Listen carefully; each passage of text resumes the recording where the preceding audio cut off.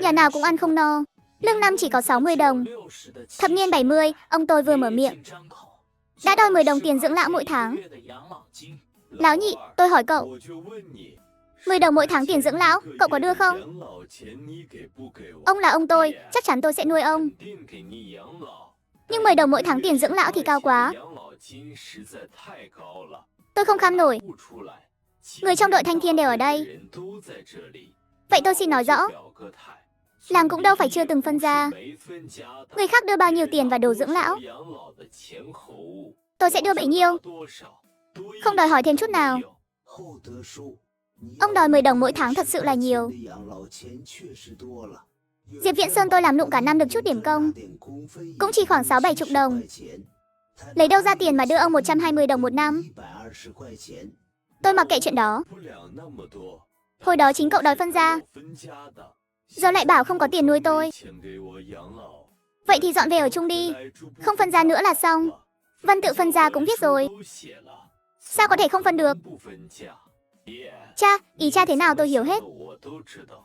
Con kiếm chút tiền mồ hôi nước mắt để xây nhà, ai cũng đừng hòng nhòm ngó. Tốt lắm, Diệp Viễn Sơn, cậu là đứa con bất hiếu. Cậu nhất quyết muốn chống lại tôi sao? Tôi đánh chết cậu, đồ bất hiếu, đồ vong ân bội nghĩa. Năm đó sao không chết luôn trên chiến trường? Ít nhất tôi còn được 500 đồng tiền trợ cấp, cũng hơn bị cậu làm tức chết thế này. Được, từ nay cha cứ xem như không có tôi là con. Anh Viễn Sơn tính tốt thế nào? Một người hiền lành lại bị ép đến nước này, thật là tạo nghiệt mà. Ai mà không nghĩ vậy. Vừa mở miệng đã đòi 10 đồng một tháng. Nhà nào mà kham nổi. Cha, đợi con với. Cha luôn là anh hùng trong lòng con. Những lời ông nội vừa nói, cha cứ xem như ông nói nhảm, đừng để trong lòng. Chuyện mấy năm đi lính, tôi ít khi kể với người nhà, vì một nửa chiến hữu của tôi đều nằm lại chiến trường. Có người chết, tôi còn chôn được họ, dựng cho họ tấm bia. Có người thì tàn xác, chết ở đâu cũng không rõ. Lúc ấy trong lòng tôi chỉ có một ý nghĩ, tôi phải về nhà, phải về với ông bà nội con, hiếu kính họ thật tốt. Cũng chính nhờ ý chí đó mà tôi thoát chết hết lần này đến lần khác. Tôi vất vả sống sót trở về. Vậy mà ông nội con lại nói muốn tôi chết ở chiến trường. Lời này làm lòng tôi lạnh lắm. Cha còn có con, còn mẹ, còn Thiên Thiên và Nam Chi. Chúng con đều mong cha sống lâu trăm tuổi. Trước đây cha ngốc quá, cứ nghĩ mình làm nhiều, cống hiến cho nhà nhiều, thì ông bà sẽ đối tốt với các con. Giờ nghĩ lại, cha ngu thật. Có lẽ năm đó họ cho cha đi lính không phải vì đất nước cần cha, mà vì không muốn cha ăn lương thực nhà. Cha đừng buồn nữa, không đáng đâu, ngày tốt của chúng ta còn phía trước. Những chuyện không vui này cứ để nó trôi theo dòng thời gian đi. Tư Thần, con thật sự trưởng thành rồi. Cha rất... À, con không phải nói sẽ đi tìm Tiểu Niên để vào núi thu lồng sao? Đi, thu về xong thì đừng đi bắt nữa. Dạ, vậy con đi đây. Rời khỏi đại đội, Tư Thần gọi Diệp Đình Đông và Diệp Tiểu Niên cùng đẩy xe bò nhà Diệp Tam gia vào núi. Đi trên đường, cậu kể kế hoạch của mình cho hai người nghe. Chúng ta cùng lên thành phố mua vải. Hai cậu có muốn góp tiền không? Tôi không có tiền, ông chỉ cho tôi 2 hào, bảo tôi mua keo ăn. Cậu không góp tiền, vậy góp sức đi. Sau này tôi với Đình Đông bán vải, mỗi người cho cậu 5 đồng, thế nào? Tôi không vấn đề, nhưng tôi chỉ gom được 140 đồng thôi. Đây còn là tiền mẹ tôi bảo để dành cưới vợ. Không biết chừng này mua được bao nhiêu vải. Nhiều ít cũng không sao. Vải vụn giá nhập 2 hào 1 cân. Cậu cứ mua 140 đồng. Chúng ta mang ra chợ bán. Rẻ vậy sao? Tại Tư Thần tôi có đường dây rộng mà. Tư Thần, tôi nghe cậu. Thành ca, tôi cũng nghe anh.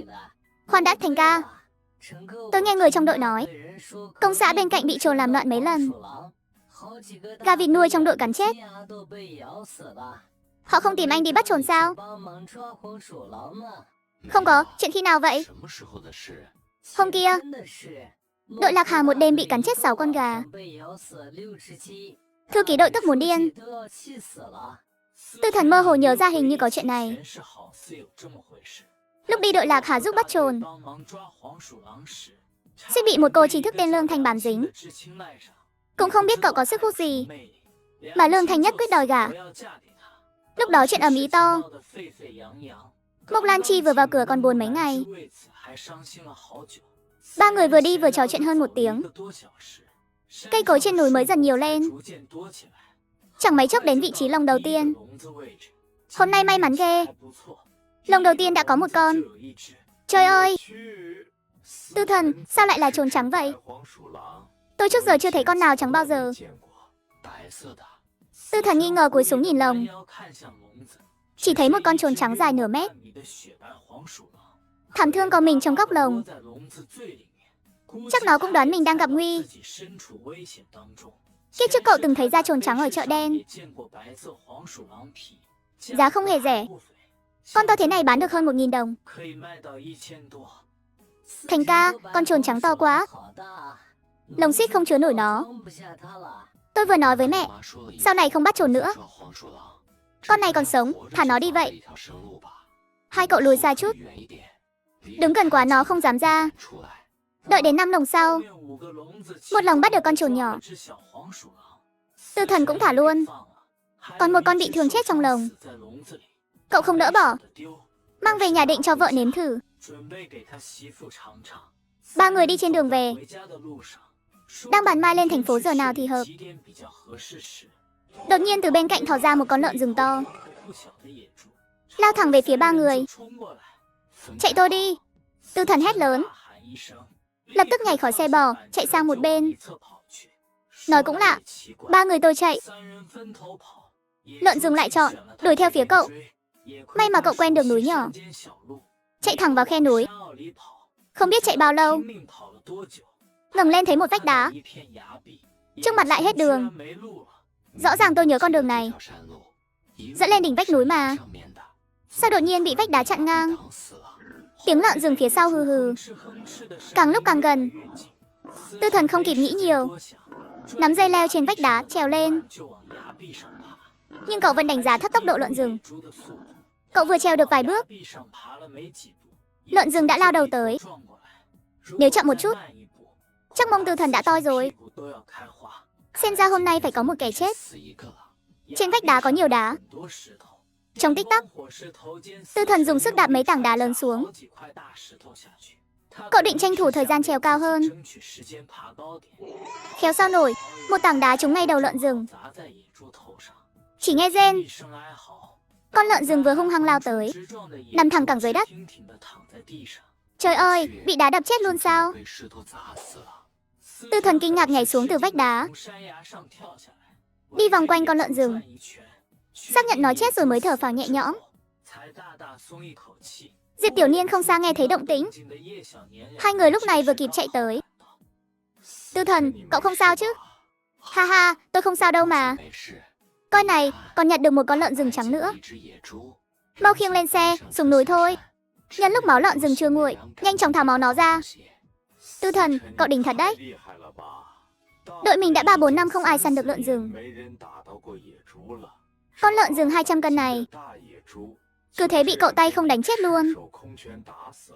Mau qua đây giúp tôi.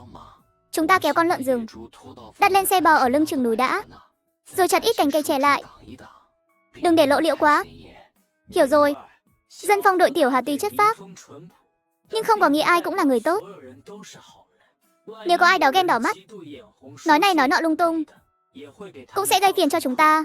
Chuyện đánh được lợn rừng này, dĩ nhiên càng ít người biết càng tốt. Đường núi khó đi, 3 người tốn bao công sức, mới đến chiều tối kéo được lợn về nhà. Ơi Tư Thần, sao các con kéo về cả đống củi vậy? Cha, đóng cửa lại đi, con cho cha một bất ngờ lớn đây. Thằng nhóc này, sao lại thần thần bì bì thế? Khi cửa sân đóng lại, tôi giơ đống củi trên xe bò xuống. Một con lợn rừng to đùng nằm trên xe. Đây là lợn rừng các con đánh sao? Chính xác hơn là con nhặt được. Tôi kể sơ qua chuyện vừa rồi. Diệp Viễn Sơn kinh ngạc, nửa ngày không biết nói gì. Triệu Tiểu Ngọc nghe tiếng từ trong nhà chạy ra. Thấy con lợn rừng to thế cũng ngạc nhiên không kém. Diệp Thiên Thiên và Mục Nam Chi theo sau mẹ. Hơi sợ hãi, chỉ dám đứng xa nhìn, không lại gần. Diệp Bình Đông và Diệp Tiểu Niên thấy lợn đã về nhà. Định đi thì bị tôi gọi lại. Hai cậu ở lại giúp tôi. Hôm nay các cậu giúp tôi kéo lợn về. Lát nữa mỗi người chia một cái đùi sau. Bọn tôi chỉ giúp kéo về thôi. Tư Thần, cậu không cần chia thịt cho bọn tôi. Tôi cũng không cần đâu. Chúng ta có phải anh em không? Nếu hôm nay là các cậu đánh được lợn rừng, các cậu có không chia thịt cho tôi không? Con phải hỏi sao nổi. Chắc chắn là anh em chứ. Thế là được rồi. Chúng ta làm nhanh lên. Tối nay sẽ có bữa thịt no nê. Tốt. Trong sân, tôi và mọi người bận rộn túi bụi. Nhà ông nội cũng ngay lập tức nhận tin. Tư Thần vào núi đánh được con lợn rừng không nhỏ. Ông ơi, chúng ta có nên qua xem không? Tôi thấy cái đùi lợn trên tay Tiểu Niên cũng to lắm. Xem gì mà xem, với tính Diệp Viễn Sơn. Lát nữa chắc chắn sẽ mang thịt ba chỉ ngon nhất qua.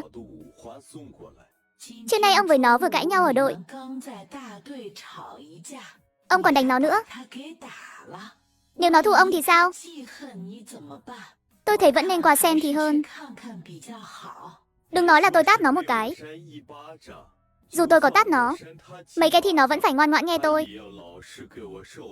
Tôi là cha nó. Đánh con là chuyện thường tình. Hồi trước nó vừa cười đã gây lộn với tôi. Chẳng phải cũng bị tôi dạy dỗ ngoan ngoãn sao? Bà cứ đợi đi. Tôi thích ăn thịt ba chỉ. Lão nhị chắc chắn sẽ mang hết thịt ba chỉ qua cho tôi. Đinh Xuân Hoa nghe vậy cũng cười hì hì nói. Hôm nay lão nhị làm ông tức.